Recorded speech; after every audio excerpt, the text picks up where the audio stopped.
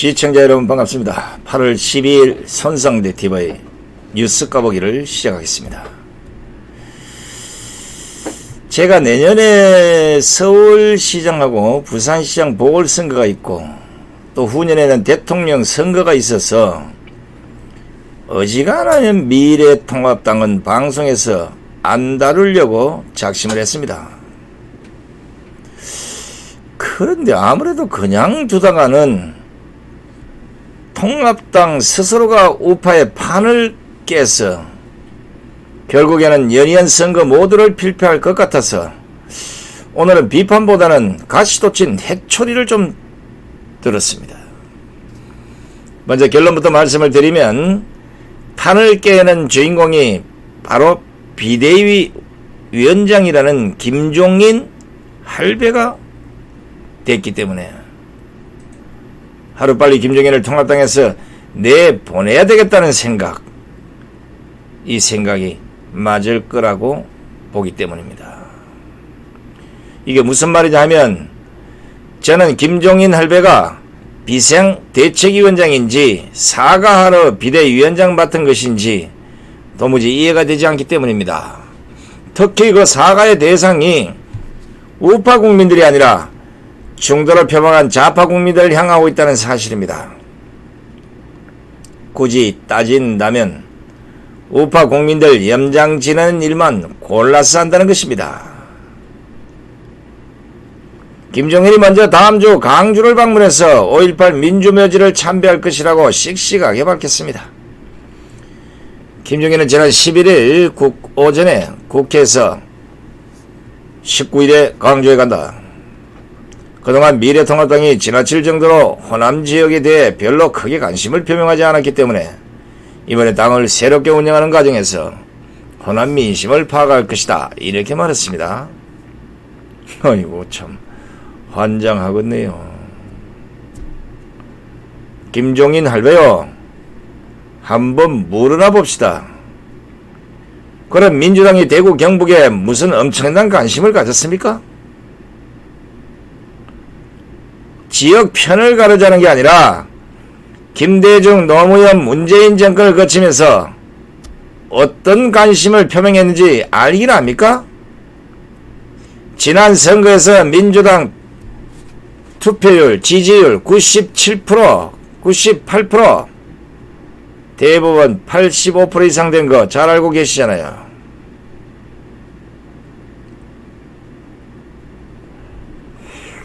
이번 당을 새롭게 운영하는 과정에서 호남 민심을 파악할 것이다. 이렇게 말씀을 하셨는데 우리 김종인 할배께서는 대구 경북 민심은 제대로 파악이나 하고 있습니까 지금? 에? 문재인 정권의 우한 폐렴을 인해서 대구 경북의 수많은 사람들이 목숨을 잃었는데 그들을 위해서 한 게 뭐 있습니까? 지금 16명의 유가족들이 소송 붙었는데 미래통합당에 한 일이 뭐가 있고 김종인 할배가 한 일이 뭐가 있습니까? 그럴 시간 있으면 5.18에 대해서 제대로 공부를 좀 하십시오, 양반아. 민주묘지를 참배하고 사과를 하고 호남 민심을 파악하더라도 진실을 알고 해야 될 거 아니냐 이겁니다. 왜 5.18이 이 모양 이 꼴이 됐는지 제대로 알고나 행동을 하라는 겁니다. 그래서 제가 시간 있을 때 공부를 좀 하시라는 거예요. 지난 1995년 박계동 전 의원이 노태우 대통령의 대선 당시 비자금을 폭로했고 그때부터 시작된 5.18의 역사를 일단 먼저 공부를 하고 그 당시 김영삼과 김대중의 비자금에 얽힌 사연 공부 좀 하고 그리고 뒤바뀐 대법원 판결까지 왜 지금도 이 문제가 논란이 되고 있는지 직접 확인을 좀 해보시기 바랍니다. 머리 좋다네. 특히 5.18에 대해서 1981년 대법원이 김대중 등에 내렸던 내란 범죄 판결을 1996년 김영삼 정권이 5.18 특별법을 만들어서 81년 5.18 재판 15년 공소시효의 시간을 정지시켜놓고 일사부재리, 소급입법 금지, 형벌, 불소급의 원칙 모두를 무시한 채 81년의 판결을 뒤엎은 것 알고나 있습니까? 존중돼야 하는 대법원 판결이 뒤집어진 것도 우습지만 왜 뒤집어졌는지를 공부해보면 이게 김종인이 강주를 찾아가서 5.18 묘지를 참배하는 것이 먼저인지 아니면 실체적 진실을 알고 가는 것이 바람직한 것인지 그것을 알게 될 것이기 때문입니다. 본인 스스로가 5.18에 대한 확신 그리고 그 정체성이 확립되지 않은 상태에서 기분 따라 5.18을 말하다 보니까 매사 대치기 당하는 게 아니겠습니까? 차라리 5.18에 대해서 호남인들에게 정중히 무릎 꿇고 사과하고 민주당으로 가든지 그것도 아니면 영원히 좌파로 살아가십시오. 아무리 뜯어봐도 김종인 할배는 우파가 될 수 없는 사람입니다. 괜히 나이 먹고 이당 저당 왔다 갔다 하면서 또 애매한 색깔을 보이면서 통합당에 있으면 결국 통합당이 좌파당이 되든지 아니면 민주당 이중대로 돌변해서 망하는 길로 갈 수밖에 없을 겁니다. 지금 통합당 지지율 조금 올라간다고 하니까 그런지는 몰라도 그 지지율은 풍선이요 헛술한 것을 아십시오. 좌파 진영이 마음만 먹으면 그 지지율은 한순간에 꼬꾸라질 수도 있습니다. 아니 어디 그 통합당이 잘해서 지지율이 지금 올라가는 것이다 착각하지 마십시오. 민주당과 문재인 정권이 너무 실수를 많이 하니까 일시적으로 나타나고 있는 현상이고 우파 유튜버들이 쉴 새 없이 이 정권과 좌파들을 두드러 깨고 있기 때문에 나타나는 현상입니다. 한국당이라도 통합당은 한 게 없어요. 이딴 지지율은 좌파들이 마음만 먹고 여론조사 기간 꼭 쑤시면 내일 아침에라도 순식간에 뒤집어질 수 있는 그런 거고 이런 실력 정도는 좌파들이 다 가지고 있음을 잘 알아야 합니다. 그러니까 김종인 할배는 경제 공부하듯이 꼭 5.18 공부도 제대로 한번 해보시기 바랍니다. 세계 역사 모두를 들여다봐도 100% 딱 맞아떨어지는 그런 역사는 거의 없습니다. 그 역사는 숱한 세월을 지나가면서 모든 국민의 동일치적인 인식에 부합할 때 정리가 되는 게 아니겠습니까? 그런데 문재인 정권 들어왔을 과거 역사는 대부분 자신들의 입맛대로 뜯어 고쳐졌고 마치 그것이 정답인 것처럼 말하고 있지 않습니까? 반면 자신들과 다른 사람들의 주장이나 논리, 증거 이건 모조리 다 배척해버리는 이 꼬라지를 보고도 그러십니까? 이건 바람직한 역사관이 아닙니다. 한번 보십시오. 6.25가 김일성에 의한 남침이라는 것 전세계 역사가 인정하고 있음에도 정작 우리나라 좌파들은 북침설을 주장합니다. 굳이 이걸 5.18 특별법 개정안과 비교하자면 통합당도 6.25가 김일성에 의한 남침이 아니고 북침이라고 말하는 자에게는 징역 10년에 벌금 1억 이런 법안 발의해야 되는 게 아니냐 이거예요. 이런 식으로 역사를 바라보는 다른 생각들을 말하지 못하도록 법으로 강제하면 나라가 어떻게 되겠습니까? 나중에 통일이라도 돼서 새로운 역사들이 쏟아지면 그때는 이 대한민국 역사를 어쩌겠다는 겁니까? 역사는 1000년 전이나 1억 년 전이나 새로운 증거를 통해서 뒤집어지는 예가 다수 있습니다. 김종인 할배요. 확신하지 마십시오. 그래서 제가 5.18 공부를 좀 해보시라는 겁니다. 알겠습니까? 80이 넘었으니 뭐 공부도 하기 싫겠지만 그래도 알고 가셔야 됩니다. 자, 김종인이 이야기 나왔으니까 하나만 더 하겠습니다. 김종인이가 최근 여러 차례 비공개 회의에서 박근혜, 이명박 통합당 출신 두 전직 대통령이 구속됐으므로 거기에 대해서 국민에게 정중히 사과해야 한다고 발언을 했다는 겁니다. 김종인은 박근혜 대통령 탄핵에 대해서로 탄핵이 옳았냐 그러냐를 떠나서 어쨌든 탄핵이 됐으므로 국민에게 사과해야 한다는 입장을 보였다는 겁니다. 아니 이게 무슨 소리입니까? 귀신 씨나라 까먹다가 목구멍에 걸려서 졸도할 소리 아닙니까? 어떻게 통합당의 비대위원장이라는 사람이 탄핵이 옳았냐 그러냐를 떠나서 어쨌든 탄핵이 됐으므로 국민에게 사과를 해야 한다는 이런 말을 할 수 있습니까? 자당의 현직 대통령이 배신자 62직에 의해서 억울하게 불법 탄핵을 당한 것인데 탄핵이 옳았냐 그러냐를 떠나서 사과를 해야 된다 이런 말을 어떻게 할 수 있냐 이겁니다.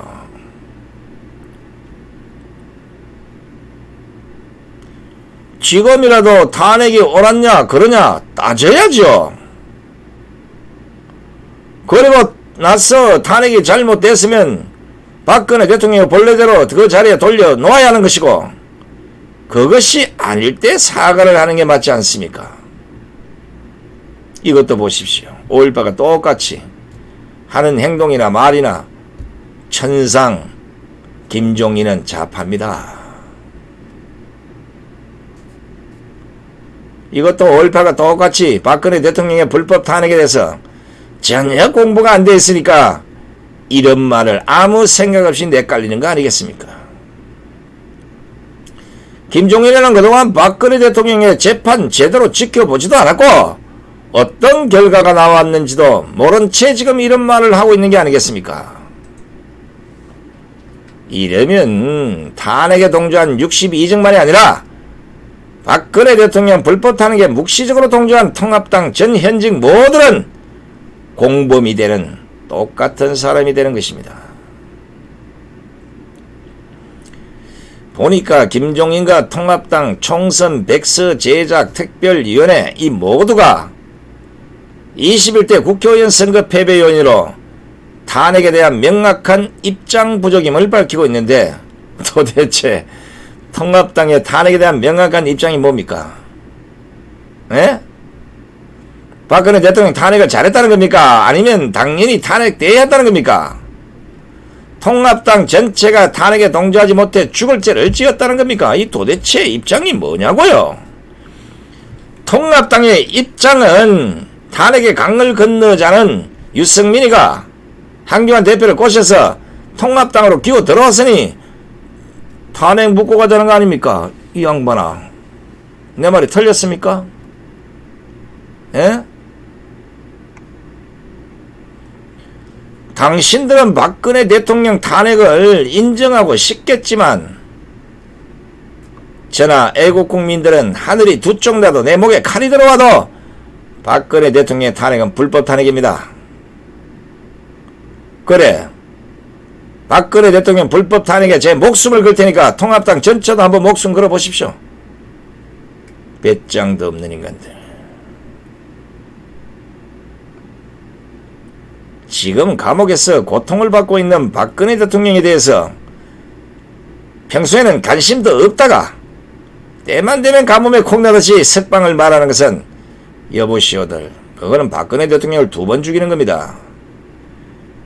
사면이건 석방이건 진정으로 말한다면 무엇보다 불법 탄핵에 대한 공부를 통해서 진실이 뭔지를 알고 싸워 그리고 이겼어 박근혜 대통령의 본래의 자리로 복귀하도록 목숨 걸고 나서야 되는 건 아니냐고요. 말로만.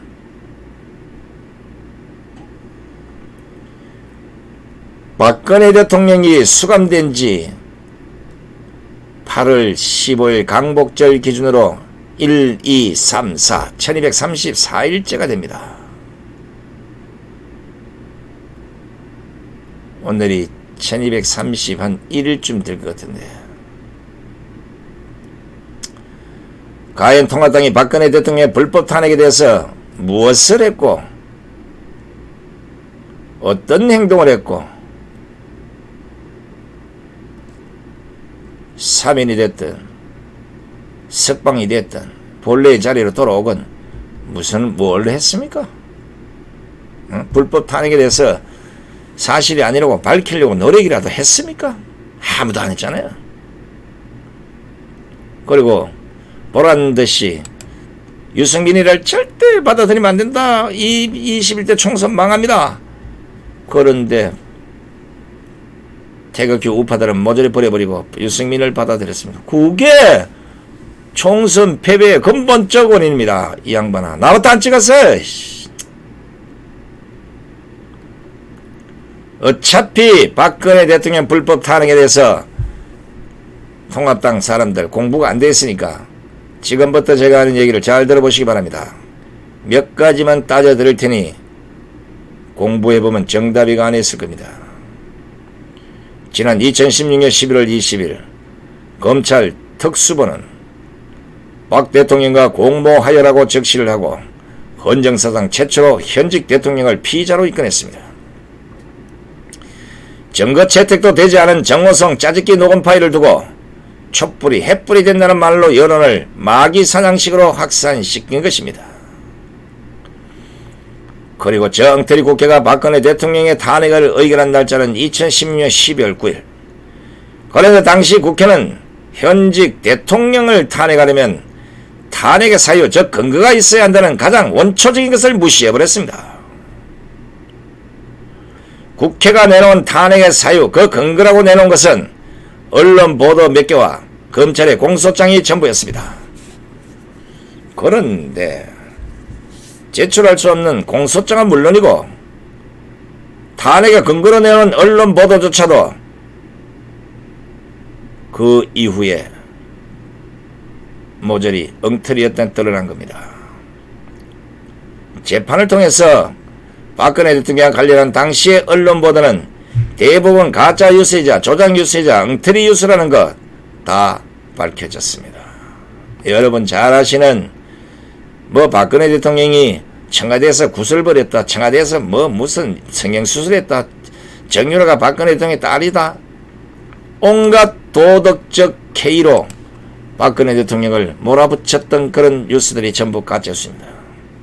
이거 나중에 우파에서 전 신문사 조사를 해서 모조리 다 고발을 해야 됩니다. 근데 박근혜 대통령의 구속 사유도 황당합니다. 무슨 묵시적 청탁 또는 경제 공동체라는 듣도 보도 못한 단어들을 총동원 해서 박근혜 대통령을 탄핵에 이어서 결국 구속까지 시켰습니다.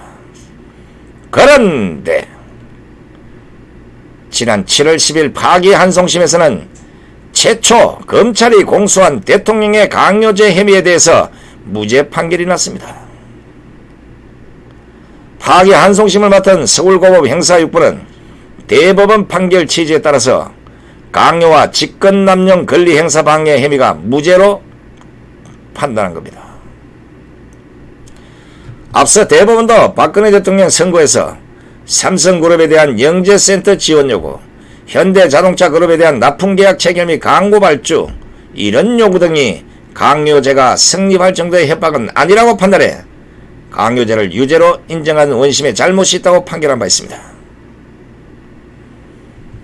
결국 대법원의 강요 직권남용 판결 취지에 따라서 파기환송심 재판부는 박근혜 대통령에 대해서 강요 관련 혐의 모두를 무죄로 판단한 것입니다. 또 1, 2심에서 일부 유죄로 판단했던 강요 혐의와 함께 엮인 직권남용 일부 혐의에 대해서도 무죄로 판단했던 것입니다.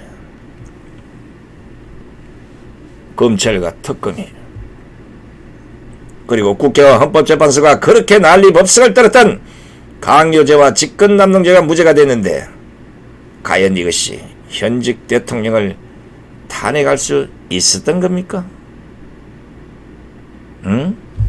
말이 안 되잖아요. 따라서 저는 지난 2017년 박근혜 대통령을 불법 탄핵하기 위해서 검찰, 특검, 친문, 기레기 언론, 여야 찬탄파의 국회 및 좌파들이 만들어낸 국정농단은 세월호 7시간과 실체도 없는 태블릿 PC를 앞세운 그야말로 작당이라고 보는 것입니다. 역사는 너희들이 쓴 대로 절대 쓰여지지 않는다는 것입니다. 만약 박근혜 대통령이 탄핵되어야 할 죄를 지어서 탄핵을 당한 것이라면 지금의 문재인은 100번도 1000번도 더 탄핵을 당해야 할 것인데 왜 이 사람들이 여기에 대해서는 침묵을 합니까? 박근혜 대통령이 국정농단이라면 문재인은 국정농단에 국기농단에 안보농단에 국민농단까지 그 재질이 몇 배나 높다고 봅니다.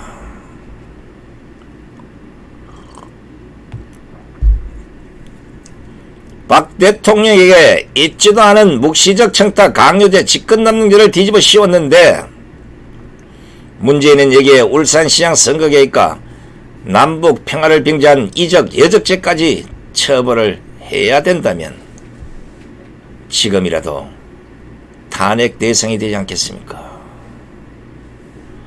무엇보다 국민의 주권을 강탈한 4.15 총선 부정선거에 대해서는 여전히 입을 닫고 있는데 사실 여부에 따라서는 탄핵을 넘어 더 큰 처벌도 가능할 것으로 예상이 됩니다. 무엇보다 지난 10일 문재인이가 마음에 빚을 진 조국이가 검찰이 문재인 대통령 탄핵을 위한 밑자락을 깔았다고 한 것만 봐도 울산시장 선거 개입 이 하나만 해도 충분히 탄핵감이 된다는 것 아니겠습니까? 조국이 인정한 거잖아요. 청기루수라는 겁니다. 조국이 누굽니까? 청와대 민정수석이자 법무부 장관 출신 아닙니까? 이 사람이 거짓말을 하겠습니까?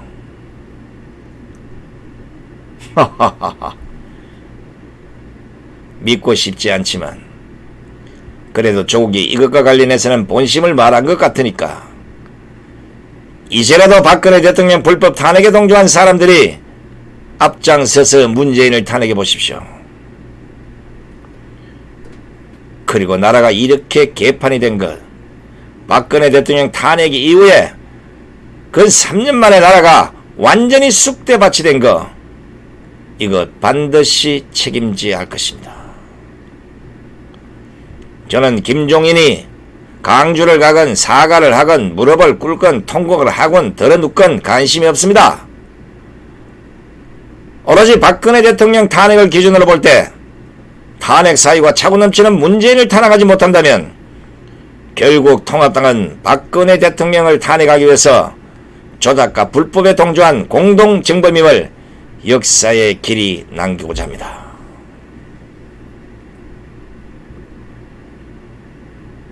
못된 사람들 같으냐고.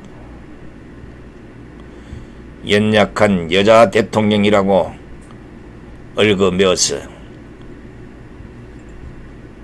민주당의 부안에 동한 62명이 결국은 이런 작당을 벌이지 않았겠습니까? 하늘이 알고 땅이 아니 그대들에게 곧 천벌이 될 것임을 경고하노라. 오늘 끝까지 시청해주신 시청 여러분 대단히 고맙습니다.